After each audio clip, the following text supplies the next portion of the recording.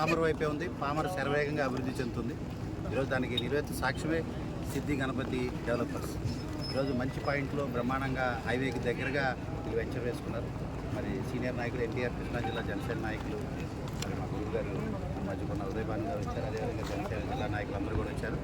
ఇదేం తెలియజేసుకుంటుందంటే అటు పోరంకి, పెనంలూరు, ఉయ్యూరు ఏరియా అంతా కూడా ఆల్రెడీ హై లైన్లోకి వెళ్ళిపోయింది. ఇప్పుడు అందరు చూపు పామర్ వైపే ఉంది. ఎందుకంటే ఇక్కడ రేట్స్ తక్కువ, తర్వాత గ్రోత్ ఎక్కువ, అట్ ద సేమ్ టైం పోర్టుకి దగ్గర, హైవేకి దగ్గర, గ్రీన్ఫీల్డ్ హైవేకి దగ్గర, ఎయిర్పోర్ట్కి దగ్గర. సో పైగా అన్నిటికీ మించి పీస్ఫుల్ ప్లేస్, పైగా ఫ్రెండ్లీ పొలిటీషియన్స్, అన్నిటికి మించి అందరికీ వెసులుబాటుగా ఉండే ఒక మంచి వాతావరణం ఇక్కడ క్రియేట్ చేస్తుంది. అందుకని ఈరోజు దాదాపుగా 15 పైచీలకి వెంచర్స్ వచ్చాయి.